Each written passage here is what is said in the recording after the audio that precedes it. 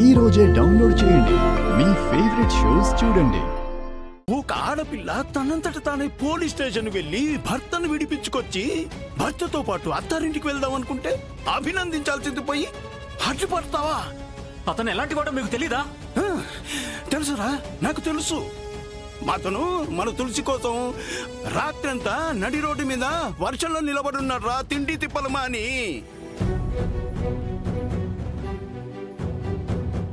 మన తులసి కోసం police station లో దెబ్బలు తిన్నాడు రా. రేయ్, ఒక మనిషి గురించి ఇంతకంటే తెలుసుకోవాల్సింది ఇంకేముంది?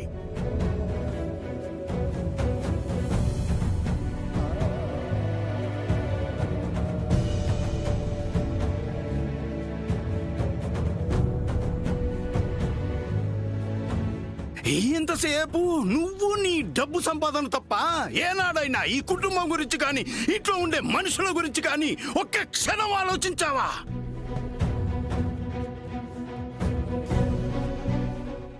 రేయ్, అన్నయ్య అంటే అండగా నిలబడేవాడురా, నీలాగా అడుగడుగునా అడ్డుపడేవాడు కాదురా. అదే వీడితో అక్కడికి వెళ్తే తులసి ఎక్కడ సుఖపడుతుంది అనుకుంటున్నారా? నోర్ముయ్!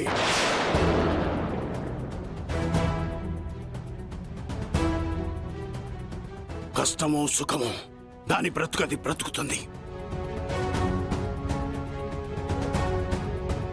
నువ్వు దానికి సహాయం చేయకపోయినా పర్లేదు, కానీ దాని జీవితాన్ని నాశనం చేయకుంటే చాలు.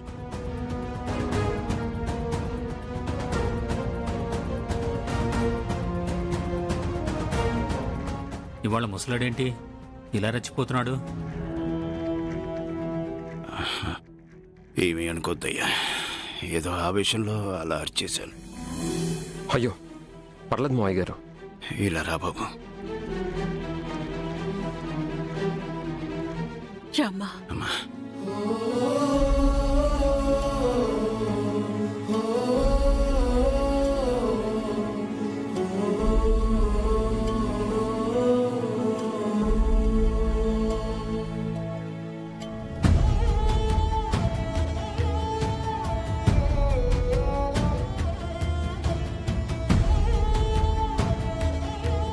ఇది నా కూతురు కాదయ్యా, నా ప్రాణం.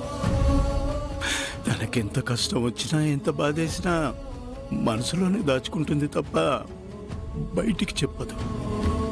జాగ్రత్తగా చూసుకో.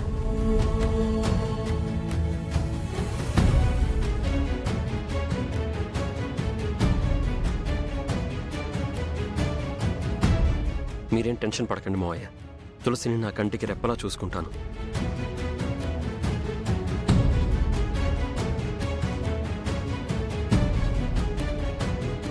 అమ్మా తులసి, మెట్టినింట్లో అత్తమామలే అమ్మా నాన్నలు.